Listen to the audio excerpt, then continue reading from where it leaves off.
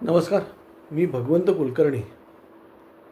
परखड सत्य यूट्यूब चॅनलमध्ये आपलं सगळ्यांचं खूप स्वागत आहे. आजचा विषय म्हणजे की पोलीस हप्ते घेतात असा त्यांच्यावर पोलिसांवर आरोप करण्यात येतो. ते खरं पण आहे काही ह्याच्यात. पण पोलीस हप्ते घेतात याला जबाबदार कोण? काही दिवसांपूर्वी एकनाथ शिंदे गटाचे आमदार माझ्या मते संजय गायकवाड यांनी एक स्टेटमेंट केलं होतं की कायदा बदलला की पोलिसांची चलती होते आणि पोलिसांचे हप्ते वाढतात म्हणून, आणि पोलीस हप्ते घेतात. हे संजय गायकवाडांचं स्टेटमेंट होतं. त्याच्यानंतर काही दिवसांनी माननीय उपमुख्यमंत्री अजित पवारांचं एक स्टेटमेंट होतं की तुम्ही कोणीही आमदार खासदारांच्या पाया पडू नकात. आज कुठलाही आमदार खासदार ह्या पाया पडण्याच्या लायकीचा नाही आहे. हे अजितदादांचं स्टेटमेंट फार महत्त्वाचं आहे. याच्याकडे दुर्लक्ष करून चालणार नाही आहे. आज वैष्णवी हगवणेचं काय म्हणतात त्याला प्रकरण झालेलं आहे. त्याच्यामध्ये IPS रँकचे कोण सुपेकर नावाचे ग्रस्त त्यांचं नाव घेतलं जात आहे की त्यांनी कशी मदत केली वगैरे. किंवा बऱ्याचशा केसेस अशा आहेत की ज्या दाबून टाकल्या जात आहेत. म्हणजे खूप मोठ्या प्रमाणावर काही गोष्टी भ्रष्टाचाराच्या होतात ज्या बाहेर येत नाहीत आणि त्या दाबून टाकल्या जातात मोठ्या प्रमाणावर. मग ह्याला जबाबदार कोण? याला जबाबदार पोलीस आहेत का? आपल्याकडे एक जुनी म्हण आहे, यथा राजा तथा प्रजा. तर हे जे यथा राजा तथा प्रजा जो आहे, आज आपले एवढे काय म्हणतात त्याला राजकीय पुढारी आहेत. आपल्याला असा कुठला राजकीय पुढारी असा आपण म्हणू शकतो की हा आदर्श आहे? म्हणजे आता अटलजी गेले, अडवाणी गेले, त्याच्यानंतर आणखीन काही त्या याच्यातली लोकं गेली आहेत, पण यांना आपण आदर्श मानू शकतो का? म्हणजे अगदी मी शरद पवारांचं नाव घेतो. शरद पवारांना आपण एक आदर्श व्यक्तिमत्व मानू शकतो का? ते नेते मोठे आहेत, त्याच्यामध्ये काही दुमत नाही आहे, कर्तबगार पण आहेत, पण असा हिंदुस्थानातला कुठलाही मोठा भ्रष्टाचार नाही की ज्याच्यात त्यांचं नाव घेतलं जात नाही. ते अडकत नाहीत हा भाग वेगळा आहे, पण त्यांचं नाव घेतलं. कुठलंही हे घ्या, मोठा भ्रष्टाचार त्याच्यात पवारसाहेबांचं नाव आहेच. म्हणून त्यांना माझ्या माहितीप्रमाणे बाळासाहेब ठाकरे त्यांना तेल लावलेला पैलवान म्हणायचे. कुठलंही घ्या तुम्ही. तर आज पोलिसांना का दोष द्या? मी बऱ्याच पोलिसांना चांगला ओळखतो. असं नाही की मला पोलिसांचा फक्त चांगलाच अनुभव आहे, मलाही वाईट अनुभव आहे पोलिसांचा. माझे एक मित्र आता रिटायर ACP झालेले, ICP आहेत. त्यांची एक केस आहे. म्हणजे आत्ता रिसेंटली माझ्या मते 2-2.5 वर्षापूर्वी रिटायर झालेले आहेत. त्यांची एक केस आहे. त्याचीसुद्धा FIR नोंदवायला आत्ताचं पोलीस किंवा त्याच्यावर कारवाई करायला आत्ताचे पोलीस त्यांना त्रास देतात, ते दुर्लक्ष करतात. म्हणजे जे आत्ता अमित शहांनी नवीन जो हे काढलेला आहे त्याप्रमाणे सुद्धा त्यांनी काही करायचं म्हटलं तर ते करत नाहीत पोलीस. आणि आज आपण पोलीस म्हटलं तर आपण म्हणजे जसं इंग्लंडमध्ये त्याला बॉबी म्हणतात. बॉबी म्हटल्यावर तुम्ही सुरक्षित आहात. आज सगळ्याच पोलिसांच्या बाबतीत आपण सुरक्षित आहेत असं म्हणू शकतो का? म्हणजे काही चांगली लोक पण झालेत. आज तुम्ही बघा, मोठ्या मोठ्या फायनान्स कंपनीज आहेत, जुन्या किंवा अगदी लेटेस्टसुद्धा, त्यांच्यामध्ये डायरेक्टर बोर्डावर DGP लेवलचे किंवा IPS लेवलची लोकं ही त्यांच्याकडे retired DGP, retired IG, retired IPS officer हे त्यांच्याकडे डायरेक्टर लेवलवर असतात. ते आता या अब्जावधी रुपयाच्या या फायनान्स कंपन्या आहेत, याच्यामध्ये हे डायरेक्टर म्हणून कसे जातात? विदाऊट इन्व्हेस्टमेंट तर हे जात नाहीत ही लोकं. मग हे पैसे येतात कुठून?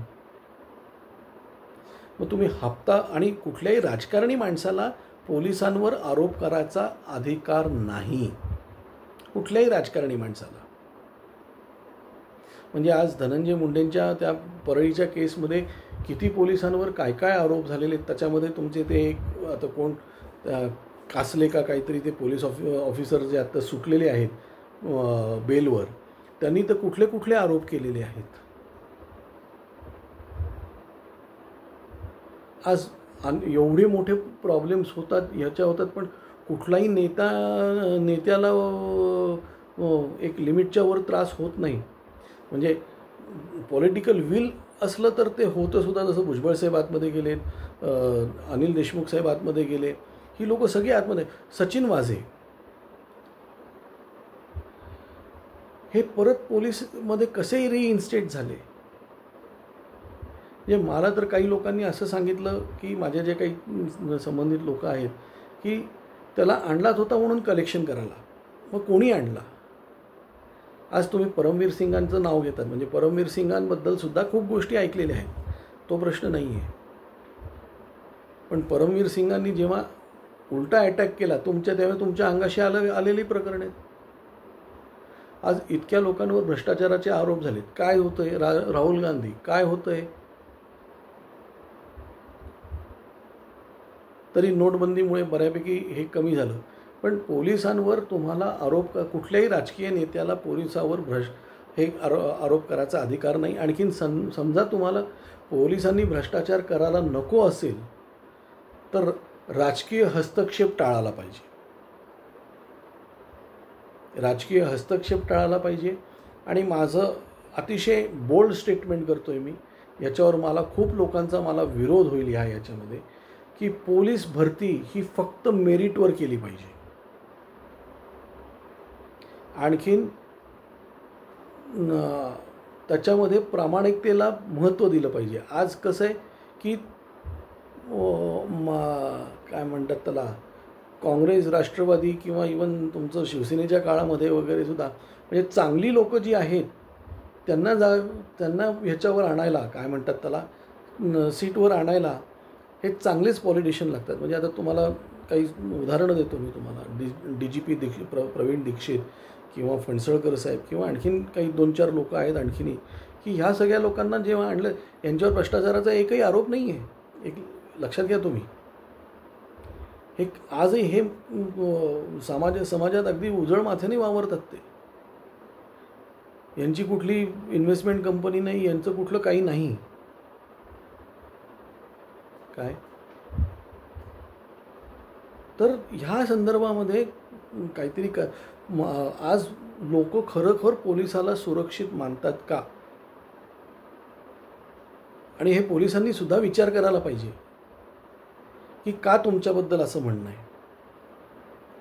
म्हणजे मी राज ठाकरेच्या एका स्टेटमेंटवर मी कायम त्यांना मानतो की किती झालं तरी तो पोलीस आहे, त्या पोलिसावर आपण विश्वास दाखवलाच पाहिजे.